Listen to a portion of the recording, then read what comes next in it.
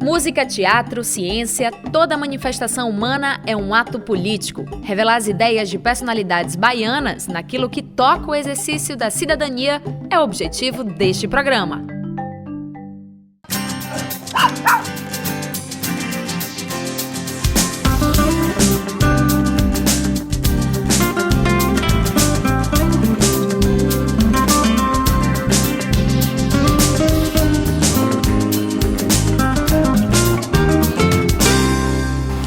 Estamos em Campinas de Pirajá. O Cidadão Quem de hoje é com Isabela Souza. Aos 23 anos, Isabela já acumula funções importantes no trabalho social e voluntário voltados para o empoderamento da juventude e para a educação pública. Isabela, esse ano foi a representante do Brasil no maior congresso de líderes jovens do mundo que aconteceu em Londres. Tudo bem, Isabela? Tudo bem, Pamela. Muito feliz de estar aqui com você. Bacana. Muito obrigada por ter recebido a gente aqui na sua rua, em frente à sua casa. Campinas de Pirajá é seu bairro desde que você nasceu, nascida e criada aqui? Nascida e criada aqui, meus pais também, meus avós. Posso dizer que uma grande parte dessa rua é da minha família. Muito bom. Isabela, em que momento você percebeu que você queria ser uma agente de transformação e não só uma espectadora em relação ao fazer político? Que você queria, de fato, botar a mão na massa? Então, como eu fui nascida e criada aqui, eu nunca tive tantas oportunidades, né? Eu sou a mais velha de 4 irmãos, minha mãe cabeleireira, meu pai motorista, então nunca puderam me dar uma condição tão boa assim de vida. A única coisa que meus pais puderam me proporcionar foi a educação. Eu estudava aqui mesmo no meu bairro, ia andando para a escola. E eu tive a oportunidade de fazer o ensino médio em uma escola de maior qualidade, que foi o SESI. Meus pais sempre me incentivaram a estudar, para estudar ou no Instituto Federal ou no SESI, que é um ensino gratuito técnico. E há alguns anos atrás, né, o Pronatec, o curso técnico, estava na moda aí, principalmente para pessoas de comunidade. Sim. E aí fui para o SESI e no 3º ano eu conheci um programa chamado Parlamento Jovem Brasileiro. E esse programa te dá a oportunidade de representar o seu estado como deputado jovem, Sim, lá em Brasília. Na época eu me inscrevi pela viagem. Falei, sou de Campinas de Pirajá, vai ser minha única chance de viajar de avião, sim, de conhecer outra cidade, de ter uma vivência diferente da que eu tenho hoje. E aí foi com esse intuito que eu me inscrevi em 2014. Na época eu já estagiava no Ministério Público, na verdade, trabalho desde os 14 anos. Então, eu aproveitei do ambiente para poder escrever um bom projeto de lei, porque para participar do Parlamento Jovem... Então, você foi ser deputada federal? Fui ser deputada federal. Federal jovem. Você tinha quantos anos? Em Brasília. Eu tinha 15 anos. 15 anos de idade. E aí, chegando em Brasília, mudou minha percepção total sobre política, sobre transformação social. Comecei a perceber que era através da política e através da movimentação da gente mesmo, né? Que a gente conseguia mudar a nossa realidade. Então eu comecei a pensar na minha comunidade, pensei em toda a minha infância que eu tive aqui, pensei que essas coisas poderiam ser diferentes se a nossa política fosse diferente. Então foi um estalo, assim, foi um divisor de águas. Mas como você falou, você é filha de cabeleireira, seu pai é motorista, mas vocês já conversavam sobre política na infância? Como é que esse assunto era tratado na sua casa? Nunca conversamos sobre política, eu não tenho nenhum familiar na política. Sempre, claro que em época de eleição sempre tem uma movimentação maior nas comunidades, ainda mais hoje em dia com a polarização, mas na minha infância eu não vivenciei nenhum momento político, não participava de campanhas políticas, só era o dia da votação mesmo, o domingo de eleição, né? Sim. O famoso domingo de eleição que a família costuma se reunir, mas nunca fui envolvida com política, principalmente política partidária, política institucional. Entendi. O que é política para você, de fato, além da política institucional, né, dos partidos e tudo mais, mas o que significa política para você? Para mim, política é o único meio que a gente tem de transformar a sociedade, é um meio de transformação, é o meio que as pessoas têm para se organizar e mudar aquela realidade que ela vive. Então, ou a gente se organiza através da política, ou a gente vai ficar à mercê aí de outras pessoas. Bom, esse ano você foi a representante do Brasil nesse Congresso Mundial de Líderes Jovens que aconteceu em Londres. Como é que foi essa experiência? Nossa, foi incrível. Posso dizer que eu tive a mesma sensação que eu tive em 2014 ao ir para Brasília. Brasília parecia muito distante para mim. E Londres também parecia muito distante para mim. Então, eu participei de um programa chamado Políticas do Amanhã, que é um programa de Tabata Amaral. O evento criou uma bolsa em nome de Tabata Amaral, porque Sim. ela, durante o evento, foi que ela decidiu ser candidata a deputada. Então, para homenageá-la, foi criada essa bolsa e selecionaram 2 pessoas para representar o Brasil lá nesse congresso, nessa área aí de política. E eu fui uma dessas 2 selecionadas. E participar desse evento, para mim, foi outra quebra de paradigmas, de que a gente consegue chegar no lugar que a gente quer se a gente batalhar atrás disso. Então, lá na delegação brasileira, por exemplo, não tinha ninguém do Nordeste. Que dirás da Bahia, que dirás Campinas de Pirajá. Então, para mim foi uma vitória muito grande, foi uma sensação de que a gente consegue chegar a gente consegue ocupar esses espaços. Como é que o estrangeiro está vendo o Brasil nesse momento, né? Você trocou com muita gente do mundo inteiro lá nesse congresso. Como é que está o Brasil a nível, assim, pelo olhar do estrangeiro? Nesse momento, a gente não estamos nos melhores momentos, não, viu? A gente tem sido muito criticado, principalmente por conta da postura do nosso presidente, principalmente em relação às mulheres. Eu, como mulher nordestina, baiana, está lá. Então, eu sempre fui questionada o que é que a gente achava do nosso presidente, se a gente se sentia representada, ainda mais pelo que ele fez com a esposa do presidente da França. Então, foi bem constrangedor justificar esse tipo de atitude do nosso presidente. Muito constrangedor, muito. Agora, Isabela, lendo um pouco sobre você, você escreveu um texto que você disse que você perdeu muitos amigos e, enfim, conhecidos para as drogas, né? Essa é uma realidade que assola no país e que assusta muito e que atinge principalmente os jovens no Brasil. Para você, como é que a gente pode combater essa questão, esse problema? Como não deixar o jovem hoje de periferia da comunidade não entrar no mundo das drogas? Sem dúvida nenhuma, a primeira coisa que a gente precisa fazer é uma reforma geral na nossa educação pública. A gente precisa dar educação para esses jovens. O jovem vai para a escola hoje e não tem um professor na sala de aula, não tem um acompanhamento. Às vezes a educação da gente está muito engessada. Então, às vezes os meninos vão para a escola apenas para se alimentar, para ter o alimento ali dentro, mas não tem uma mínima estrutura, não tem um mínimo acompanhamento de fato, que ele vai sair dali formado, não só no acadêmico, né? Mas também para a vida. E hoje nossos jovens saem nem alfabetizados da escola.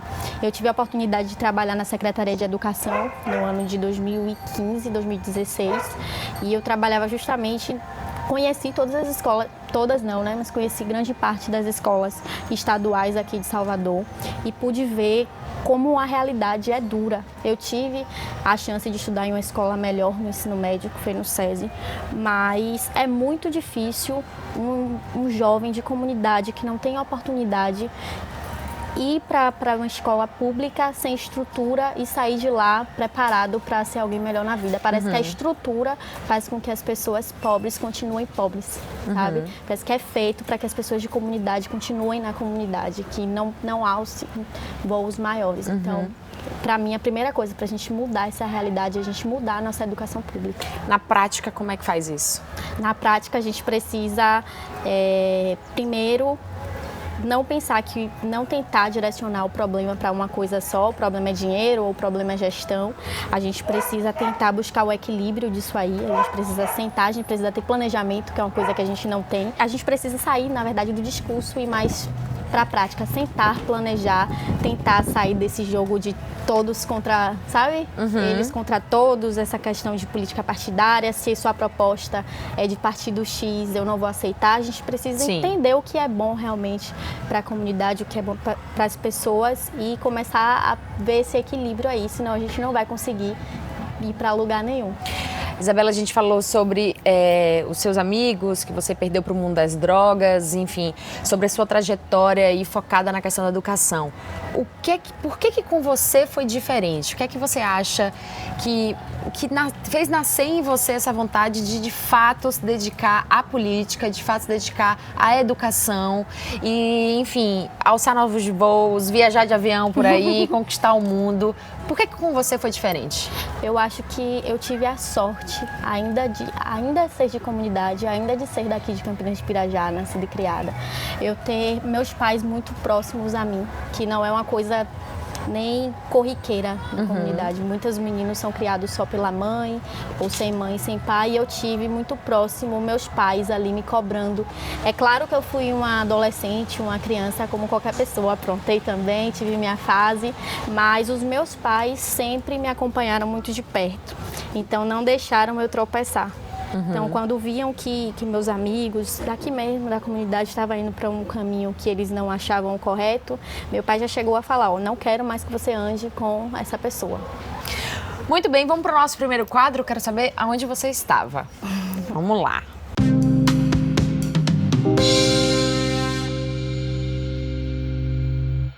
Isabela, onde você estava quando aconteceu o movimento Passe Livre? Começou o movimento Passe Livre aqui em Salvador em 2013. Onde você estava? Eu estava na escola, era meu segundo ano do ensino médio. Na época estava tendo movimentação de grêmio estudantil, só que minha escola era industrial, então não tinha esse movimento de grêmio, então a gente, um pouco inspirado, né, por toda essa movimentação, a gente começou a movimentação no SESI para a formação de um grêmio. E aí fizemos algumas manifestações internas também no SESI, contra o desmatamento da Mata Atlântica, porque estava derrubando as matas para construir o Cimatec 3 e 4. Sim. Mas foi aí que eu estava nesse momento, em 2013. Estava nessa fase de grêmio, de começar Mas você lembra dessas manifestações pelo preço da passagem de ônibus? Eu lembro sim, e inclusive eu acredito que essa manifestação que influenciou várias pelo país, sim, né? Foi ela que foi o pontapé inicial. Foi o pontapé inicial. Na época eu não era tão ligada à política assim, inclusive eu acho que eu entendi melhor agora esse movimento do que na época, mas eu lembro que foi muito inspirador assim pra gente receber por que os jovens estão lá na rua e a gente não pode participar. Meus pais ainda ficavam bem me cobrando, mas eu lembro que alguns colegas saíam da minha escola para participar das manifestações também. Eu não consegui participar naquele momento, mas já estava ativa também. Muito bom. Bom, quero saber onde você estava quando a Greta Thunberg, sabe a Greta Thunberg? Militante, ativista social pelo meio ambiente, mundialmente conhecida.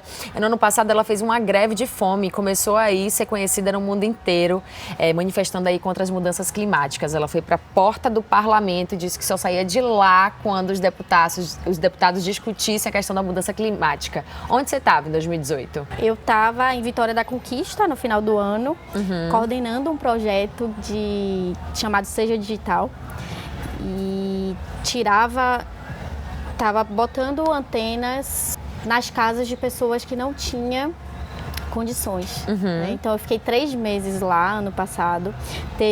Nesse período aí, teve um outro período que eu estava coordenando uma campanha também aqui. Então ano passado foi bem puxado. Eu estagiei na Câmara Municipal também, ano passado, lá. Então foi tanta coisa que eu não estou conseguindo. Várias coisas aconteceram em 2018 para você, né? Ano passado né? foi um ano bem puxado para mim. A gente está terminando 2019 e aí eu quero saber aonde você quer estar em 2020. Nossa, em 2020 eu quero estar fazendo política, quero estar incentivando que as pessoas participem conscientemente da eleição. A gente sabe que durante um ano que não é eleitoral, as pessoas costumam ficar reclamando, falando que os políticos estão roubando, não está fazendo nada, que nossa cidade está faltando isso, está faltando aquilo. Então eu preciso que no ano da eleição as pessoas se lembrem disso para votar consciente. Bom, Isabela, você também faz um trabalho, ela também é cofundadora de um trabalho que lida com a questão do empoderamento do jovem. Empoderamento foi uma palavra muito usada, né? Sim. Esse ano de 2019, as mulheres se empoderando, enfim, todo mundo empoderada e empoderados. Para você, o que de fato, o que significa ser empoderada? O que é empoderamento? É você dar voz para aquelas pessoas que naturalmente não teriam. Por exemplo, as mulheres, né? A gente nunca se sentiu, não fomos criadas para ter lugar de fala, para pensar em ocupar política, para pensar em ocupar espaços de poder. Então, a partir desses movimentos, a gente começa a sentir que a gente tem voz, que a gente pode. Então, o sentido do empoderamento para mim é você mostrar para as pessoas, né, para as mulheres, para os jovens, que eles podem falar, que eles precisam falar, que eles precisam se expressar. Então, nada mais é do que dar o poder né? Para essas pessoas, esse poder de se expressar, de fazer as coisas. Mas esse poder nem sempre está nas nossas mãos, né? Para a gente poder dar a outra pessoa. Sim. Acho que é um processo também muito da pessoa se convencer de que ela pode. E é difícil, às vezes, a pessoa se convencer de que ela pode se ela mora, por exemplo, numa comunidade, se ela não tem assistência médica, se ela não tem educação de qualidade, se ela vive com a violência batendo na porta de casa, né? É aí que minha responsabilidade aumenta ainda mais, porque eu lembro bastante, eu conheci a Tabata em 2015, Tabata ainda era aquela menina, não era deputada federal ainda, mas ela era aquela menina que saiu de periferia, que o pai morreu viciado em crack e que chegou em Harvard e que fundou uma ONG nacional e que você olha para ela e fala, se ela conseguiu, eu também posso conseguir, porque é aquela pessoa próxima à nossa realidade. Então, quando você tem uma pessoa da comunidade, quando você tem uma pessoa da sua própria realidade que consegue chegar, é muito mais fácil você chegar nessas pessoas. Estamos em Campinas de Pirajá. Esse barulho que você está ouvindo é o barulho da comunidade. Tem um som rolando aqui atrás, toda hora alguém passa por aqui. Afinal, estamos no meio da rua, na frente da casa da Isabela, conhecendo um pouco sobre a história de vida dela. Mas agora chegou aquele momento das pessoas falarem sobre a Isabela. Vamos ver o primeiro recado. Quem foi que mandou para você? Roda aí o nosso Na Boca do Povo.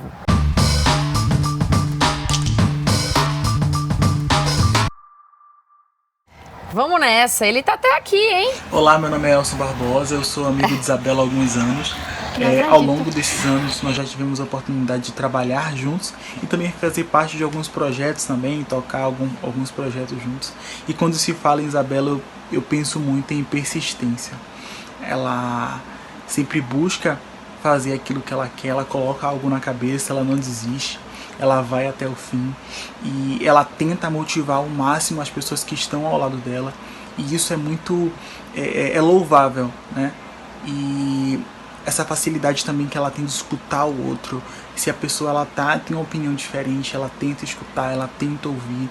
E no mundo de hoje, às vezes as pessoas acabam tentando expor as suas opiniões e não se preocupando com o outro, e ela faz completamente diferente. Ela senta, ela escuta.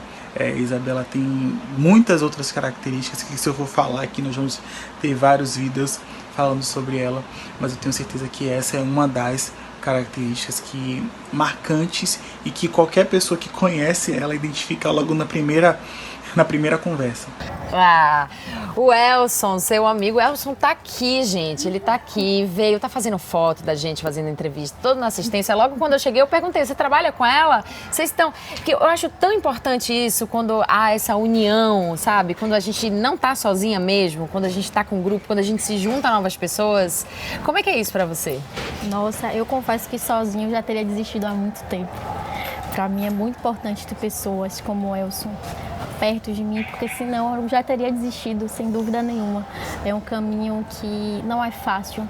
Muitas vezes as pessoas não entendem, tem muito julgamento, acabam sempre tirando conclusões pelo geral, né? Então, o que está na boca do povo é que política é ruim, que político é tudo ladrão, que todo mundo de movimento social não presta. O pessoal do movimento social está até sendo culpado de botar fogo na Amazônia, que dirás. Pois é. Então, sozinha, com certeza, eu não ia conseguir. E eu fico muito feliz e muito grata de ter pessoas tão especiais assim, perto de mim. Ah, legal. Você é uma garota persistente mesmo? Você se considera persistente? Eu sou muito persistente. E minha mãe sempre costuma falar que eu consigo tudo que eu quero, porque eu premedito um ano antes, falo, ano que vem eu vou fazer uma viagem internacional. Eu já tinha falado, né? Minha primeira viagem foi para a Colômbia. Falei, não, vou fazer uma viagem internacional, e eu boto aquilo na minha cabeça e eu faço tudo o que for possível para chegar naquele objetivo. Eu acho que é uma das coisas que meus amigos sempre falam mesmo. Persistência é tudo, né, Isabela? Com Quando a gente persiste é mais fácil de conseguir. Vamos para mais um. Todo mundo conhece como Isabela Souza, mas eu costumo de chamar ela de minha líder. E ela foi a fundadora do movimento aqui na Bahia. Falar de Isabela Souza, falar de Bela é uma grande satisfação, porque é uma amiga que eu tenho, uma pessoa maravilhosa, uma pessoa de uma sensibilidade enorme, de um coração muito bom. Um episódio que eu acho que fala muito, Bela, sobre essa sua personalidade, esse seu jeito de ver o mundo e a pessoa que você é a ida sua à Venezuela para realizar um trabalho social por intermédio de uma ONG, em que você foi lá e viu de perto como é que estava a situação política, toda até uma situação de violência que estava acontecendo lá, mas você, como uma pessoa determinada que foi, eu fiquei bastante preocupado com o que Bela foi fazer lá na Venezuela, mas depois então eu consegui entender, né, que esse episódio fala muito sobre a sua personalidade, fala sobre muito sua determinação, a sua coragem e a pessoa bondosa que você é. Então isso só me fez admirar mais você e ter mesmo você como uma grande referência jovem, né? Alessandro Chinelis. Conta um pouquinho aí sobre essa relação, Isabela.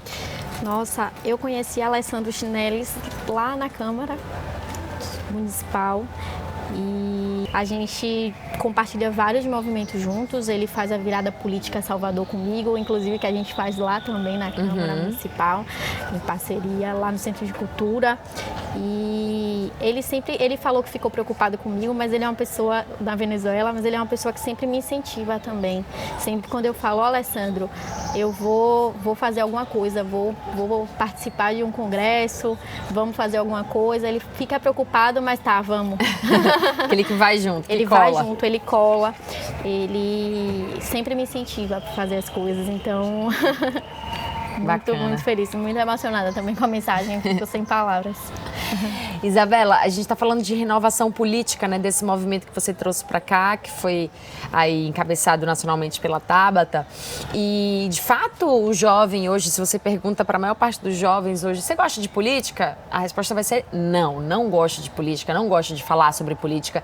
E uma das ideias do Cidadão Quem, de ser um programa que se fala sobre política, mas sem falar sobre partidos, é exatamente de aproximar essas pessoas da política. Porque eu entendo, por exemplo, que política é tudo. É tudo. Política é a vida, política é o buraco no asfalto, política é o posto de saúde cheio de fila, política é a greve na universidade, política tem absolutamente tudo a ver com a nossa vida. E se a gente abre mão da política, a gente abre mão também dos nossos direitos. Agora, a ideia de renovar o fazer político que está sendo feito aí há séculos é muito difícil. Sim. Qual a sua ideia? Como se renova, para além de renovar as pessoas, renovar a prática da política? Como é que faz isso? É exatamente por aí que a gente precisa começar. É que tirar a ideia de que renovação é colocar novas pessoas. Exato. Porque não é. Ai não, vamos tirar os velhos, vamos botar só os jovens agora. Porque não adianta, porque pode chegar uma pessoa hoje que nunca foi político, mas que está cheia de práticas antigas, assim como tem também políticos que já estão lá há algum tempo e que fazem uma boa política. Então a gente precisa sair dessa conversa de velha política e nova política para começar a falar em bons políticos e maus políticos. Quando a gente começar a entender isso, a gente começa a pensar na prática. Como é que na prática a gente faz uma boa política? E aí a gente sair desse discurso, inclusive eu estou até parando um pouquinho de falar em renovação política, porque tem tanta gente falando que vai renovar a política e você vê aí pessoas que já estão lá há bastante tempo e não têm boas práticas e vem falando de renovação. Então a gente precisa, de fato, renovar primeiro o discurso e mudar os princípios e as práticas. Fala um pouquinho mais sobre esse trabalho que você fez na Venezuela. Você foi para lá para o trabalho na Venezuela com os refugiados, com não é os isso? Refugiados. Eu fui para Cúcuta, que é a principal fronteira entre a Colômbia e a Venezuela. Tá. Onde fechou, inclusive, a fronteira, passou diversos confrontos na televisão, onde os caminhões dos Estados Unidos ficaram parados. Então, eu fiquei ali por 2 meses, trabalhando com refugiados da Colômbia, os refugiados da Venezuela. Os refugiados saíam diretamente na fronteira e se alocavam ali em Cúcuta. Então, era um transporte de quase 8 mil por dia entrando. E o principal problema deles era a fome. Sim. Então, eu estava aqui, eu sabia que a gente tem grandes problemas aqui, mas a gente pensa que seja o fim do mundo e a gente começa a perceber que tem pessoas muito piores do que a gente. E lá eu convivi com crianças que não conseguiam crescer porque não tinha os nutrientes suficientes. Sim. Eu adotei 3 crianças, batizei 3 crianças lá, que tenho contato até hoje. Uma de 8 anos que você olhava e dava 3, porque não conseguia crescer. Então lá eu trabalhei na construção de hortas comunitárias, arrecadação de alimentos para essas pessoas, mas principalmente naquela ideia de que a gente não pode dar o peixe, que a gente precisava ensinar a pescar, né? Que a gente precisava ensinar aquelas pessoas como é que ela poderia desenvolver o alimento, como é que ela poderia outras formas de trabalho. Então a gente deu várias oficinas de como fazer sabão, de como fazer algumas coisas para vender. Foi um projeto que te mandou para Venezuela? Foi um projeto chamado, na verdade, um projeto que se baseia nos objetivos da ONU, de desenvolvimento sustentável, Tá. Na meta 2, né, Zero Hunger. E aí a gente ficamos lá, eu e uma delegação, né, não só do Brasil, do mundo inteiro, umas entre 40 e 50 pessoas, e da Bahia só eu. E a gente ficamos lá durante 2 meses fazendo esse trabalho aí de erradicação da fome com essas pessoas. Bacana. E aí eu sempre vou para a área de educação, não tem jeito. Cheguei lá e comecei a dar reforço escolar também para os meninos da Colômbia. Então eu dava aula de português, porque eles se interessavam muito, sempre ficavam curiosos para saber como é que falava aquela palavra em espanhol em português, e também dava aquele reforço. Uma coisa, você me perguntou, eu lembrei de uma curiosidade, uma coisa que eu acho que falta aqui. Eles lá na Colômbia têm educação política desde novo. Eles chegavam para mim com matérias sobre democracia, sobre eleição. Os meninos de 8, de 10 anos chegavam com essas atividades para fazer. Era uma coisa que eu achei muito interessante lá e que eu queria muito que tivesse aqui, que infelizmente não tem. Você promove encontros aqui no seu bairro para falar sobre política? Sim, a gente começou há pouco tempo aqui a criação de uma associação de moradores. E aí começamos a pensar ações para a comunidade. Mas a gente não... Uma coisa muito distante de política partidária, né? Foi Sim. como você falou. A política de pensar que todos os problemas que tem aqui na nossa comunidade, que chove, que alaga tudo, que não tem luz, não tem iluminação à noite, segurança pública, que tudo isso é questão de política e que só a gente poderia resolver. Então a gente começou a se reunir, formamos essa associação e agora estamos lutando aí para trazer melhorias para a nossa comunidade. Legal. Isabela, você já sofreu preconceito por ser mulher e de periferia? Com certeza, principalmente nos espaços de poder. Porque a gente chega nos lugares, Pamela, e a maioria das pessoas que nos recebem são homens. Então parece que ele já está esperando outra pessoa chegar. Eu tenho isso até hoje. Eu sou coordenadora do Parque Social e eu chego nos lugares como coordenadora do Parque Social e eu tenho a sensação de que eles estão esperando outra pessoa chegar. Hoje, inclusive, estou com um projeto novo, vou falar de primeira mão aqui para vocês. Estou com um projeto novo com algumas amigas de fazer um observatório municipal feminino aqui, de igualdade de gênero. Sim. Porque a gente precisa de dados, a gente precisa saber onde é que essas mulheres estão, porque a gente sabe que a maioria das casas daqui, principalmente das comunidades, são mantidas por mulheres. A gente chega nos espaços de poder e as mulheres não estão. Então... Cachorro latindo, né, gente? Tudo certo. Então é bem complicado, mas a gente precisa trabalhar para mudar isso. E uma das coisas uma das formas que a gente pensa é ter essas informações para poder trabalhar em cima de políticas públicas para melhorar esse quadro. Você quer, de fato, entrar para a política, ser vereadora, deputada? Você quer? Eu quero trabalhar com política. Não necessariamente ser a candidata, ser a vereadora, ser a deputada. Eu acho, não necessariamente. Mas eu quero trabalhar com política porque eu acredito que, de fato, a política é um dos principais meios que a gente tem para transformar. Se discute muito sobre a questão do preconceito, né? Existe o racismo muito escancarado no Brasil. E esse racismo, ele é determinado pelo tom da pele, seja um preto retinto, ou um preto de pele mais clara, ou uma mulher negra de ainda uma pele mais clara que usa um cabelo liso como você, por exemplo. E isso também nivela o nível de preconceito que essa pessoa sofre. Como é que você vê essa situação, né? Você também sendo de comunidade, mas você tendo a pele mais clara, você acha que isso te livra de menos preconceito? O que você acha?